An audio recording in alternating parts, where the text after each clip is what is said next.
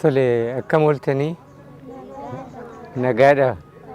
Alaamanni keessan nagaa, saanamni keessan nagaa, isin waliin nagaa, ollaa wajjin nagaa, hiriyoota keessa wajjin nagaa. Baga asitti argamtan. Ani Araarsaa Muxxaaliin jedhama. Waa'ee daa'immanii, waa'ee naamusaa, waa'ee aadaa, waa'ee barnootaa, waa'ee kabajaa, waa'ee wanta adda addaa barnoota keessan ilaalchisee yaada adda addaa isinii kennaa. Warri mana teessanii nu dhaggeeffattanii fi argitanis ilaaltanis, isin ijoolleen kiyya as na bira kan jirtanis hundi keessanuu waan kana dhaggeeffattanii hojjaarra akka oolchitan kabaja guddaanan isin gaafadhaa.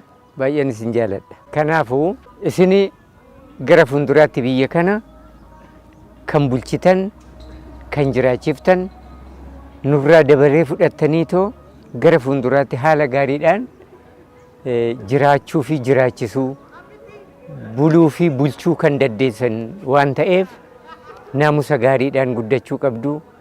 Haala gaariidhaan, safuudhaan, kabaja gaariidhaan guddattanii dabaree jireenya keessanii kan dhufutti immoo kan isinitti aanutti dabarsuu akka qabdanidha. Tokkoffaan maal inni isinirraa kan barbaachisu naamusa gaariitu isinirraa barbaachisa. Naamusa jechuun kabaja, hangafaaf quxisuu beeku, abbaa kabajuu, haadha kabajuu, hangafoota kabajuu, quxisuullee kabajuu. Kana hunda kan kabajaniif deebi'anii immoo ofumaallee kabaja argatu. Immoo nama yoo kabajan kabaja argatu, nama yoo salphisan garuu akkasuma hin salphatu. Kanaafuu jechumti isaayyuu fokkuudha. Nama salphisuun, nama aarsuun, sobuun, hatuun, waan malee hojjechuun kuni daa'imarraan barbaachisu. Kana hin beektu. Yaraa moo gaarii wayya? Gaarii wayya miti? Kanaafuu waan gaarii hojjechuun isinirraa eegama. Yeroo hunda waan gaarii hojjechuu qabdu. Yoo waan gaarii hojjettan hin eebbifamtu, hin jaalatamtu, kabaja guddaa argattu. Waan yaraa yoo hojjettan garuu faallaa sana hangaftoonnis, hiriyoonnis, namni isin abaara, isin jibba. Jibbamuurra moo jaalatamuu wayya. Jaalatamuudhaaf immoo maal hojjechuudha? Waan gaarii hojjechuu, sobarraa of fageessuu, hannarraa of fageessuu, waan yaraa hojjechuurraa of fageessuu. Kana kanarraa yoo of fageessan nama gaarii ta'u, nama jaalatamaa ta'u. Maatiidhaan hin jaalatamu, ollaadhaan hin jaalatamu. Waan dhumtillee dhugaa jaalata, dhugaa dubbachuu, waan gaggaarii hojjechuu, yeroo keessan qusachuu. Waa'ee yeroodhaa beektu? Maalinni yeroon? Har'a halkan immoo guyyaadha? Guyyaadha miti? Guyyaa kanatti aanee maaltu dhufa? Galgala yookiin halkantu dhufa miti? Halkan dukkanaa, hin bari'aa, hin dhiyaa, hin bari'aa, hin dhiyaa. Kun yeroodha. Hin bari'aa, hin dhiyaa. Kaleessi as deebi'uu danda'a? Danda'a? Hin danda'u. Kanaafuu yeroo keenyatti fayyadamuu qabna.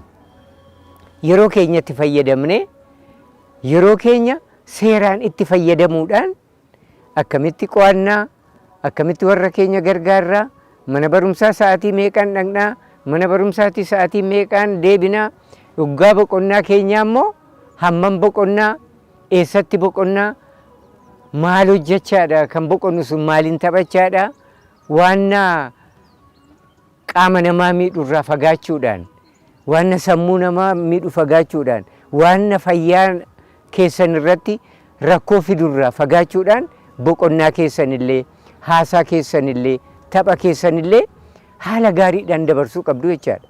Iddoo adda addaatti hoggaa laallu ijoolleen daandii gubbaa kaachaa oolu, daandii gubbaa taphatu, dhagaa akka kuwaasiitti lukaan rukutu, kophee luka isaanii hin fixu, uffata isaanii hin fixu, lafarra fuqoquudhaan, dukkeerra yookiin awwaararra fuqoquudhaan qulqullina isaanii balleessu.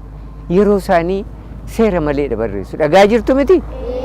Kanan isiniin jedhu kana fudhachaa jirtu miti? Egaa isin maal gochuu qabdu? Karooraan jiraachuu.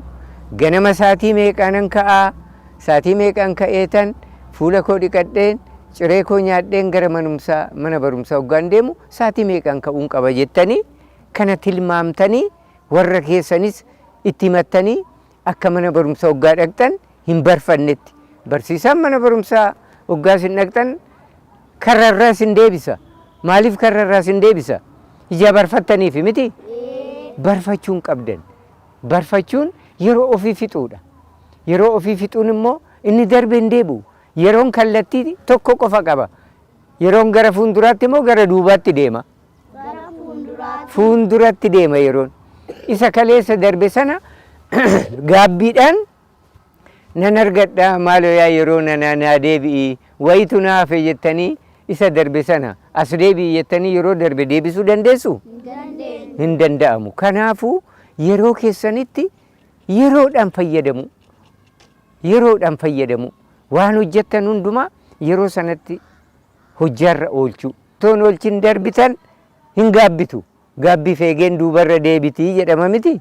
Yoo gaabbitan gaabbii malee garuu sa'aatii yeroo darbe sana as deebisuu hin dandeessan isa kaleessa sana. Kanaafuu maal hojjechuun qabaa? Maal qo'achuun qabaa? Herreega moo saayinsii moo gadaa moo maalan qo'achuu qaba jettanii tartiibaan waan qo'achuu qabdan sana hangafoota keessa wajjin mari'attanii wal qindeessitanii warra keessan sa'aatii hojjaa, sa'aatii warra keessan gargaartan, sa'aatii barnootaa, sa'aatii qo'attan kana hundumaa sirreeffachuudhaan itti qophaa'uudhaan dabaree haala sanaan qo'achuu qabdu. Qotee bulaa tokkotu otoo sanyii facaasuu hin kufe.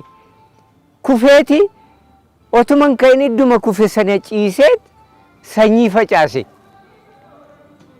Hamma ka'utti ariifateeti yeroon darba jedheet kufeet iddoo kufe sana ciiseetoo sanyii facaase.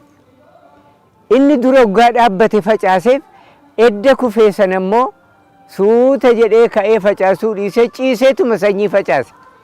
Inni dura faca'ee fi inni booda faca'e sanyiin illee wal darba moo wal hin darba? Wal darba. Kanaafuu qotee bulaan illee hammana yeroo qusata. Otoo facaasaa deemuu sanyii kufnaan hamma ka'utti ariifateet yeroo na jala darba jedheet ciisee facaase sanyii. Kun egaa maalinni hamman qotee bulaan illee yeroo isaa akka qusatu nu argisiisa jechaadha. Yeroon immoo dabartu hin deebitu. Yoo dabarte gaabbiidha. Gaabbii feegeen immoo duubarra deemtisiniin jedheera. Kan darbe gaabbuurra yeroodhaan fayyadamnee yeroo keenyatti fayyadamnee yeroo keenya yeroo qabnu sana irratti waan hojjechuu qabnu sana tartiibaan keewwannee hojjechuu qabna. Namoonni hangaftoonni keessan, haati keessan, abbaan keessan, ollaan keessan waan gaarii yoo hojjettan maal isiniin jedhu? Isin eebbisu miti? Guddadhaa. Gaa'ila keessan gaa baradhaa fulla'aa jedhaniit isin eebbisu. Eebba kana immoo argachuudhaaf maal hojjechuu qabdu? Waan gaarii hojjechuu qabdu. Eebbifamuuf waan gaarii hojjechuu. Eebbifamuuf sobarraa fagaachuu. Dhugaa tarkaanfachiisuu. Haala kanaan hojjechuudha qabdu. Waan gaarii hojjettan waan gaarii argattu. Waan yaraa hojjennaan garuu waan yaraatu namatti dhufa. Namicha tokkotu laga ce'uudhaa otoo deemu bofti marmarameetii lagarra ciisa. Bofa sana argee bira darbuu jennaan maal yaa bofaa? Akkattan ce'uun dhabee laga kana mee na ceesisimee jennaan tolee sin ceesisaa jedhee bofa sana mataatti maratee laga guute ceesise. Mataatti maratee laga guute sana edda ceesisee booda narraa bu'i kaasi ceesiseeraa jennaan hin bu'uu jedheen. Laga si ceesisee narraa bu'uu diddaan hidditeen ajjeesuuf hiree jennaan sirraan bu'uu jedheen. Sana booda namichi tokko daandii deemaa dhufe. Maali wala takartu? Maali falmiin keessan jennaan? Laga na ceesisi jedhee mataatti baadheetan maradheen laga ceesisee eddan ceesisee booda sirraan bu'u naan jedhee. Akkasii jaarsummaadha ka mee nuu laalaa mee dhimma keenyaa jedhuun.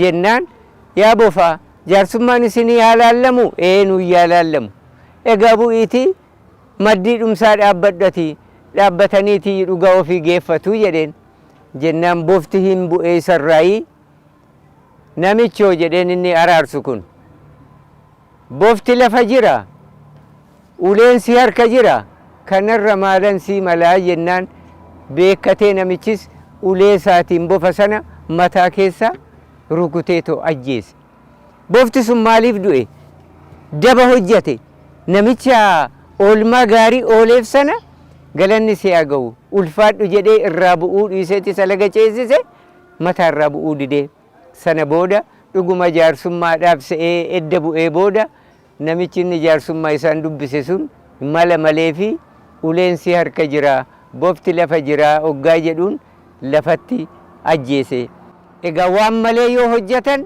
akka malee du'uu dhufa waan malee yoo hojjetan salphina dhufa kanaafuu waan malee irraa ol fageessitanii waan gaarii hojjechuu waan nagaa hojjechuu dhugaa tarkaanfachiisuu sobarraa fagaachuu qabdu kaneen jedhu isin gorsaa dhageessan mitiire waan yaraa irraa hin fagaattu mitiire waan gaariitti dhiyaattu mitiire sobarraa hin fagaattu miti dhugaa tarkaanfachiistu baay'ee gaariidha gorsa kana dhageessanii hiriyoota keessanitti himuudha warri keessanis kana beekuu qabdu kan dhageeffataa jirtan kana warri daa'immanis maatiinis maatii keessan gorsaa gara gaariitti deebisaa karooraan ijoollee keessan qo'achiisaa ijoollee keessan to'adhaa ganama gallakkiftanii galgala eessa jira laatan jedhina horiin illee tooyii qabaa daa'imman keessan maatii keessan gorfachuu qabdu gorsuu qabdu yaada jedhuun isin hima kanarraa kana asuma irratti dhaabna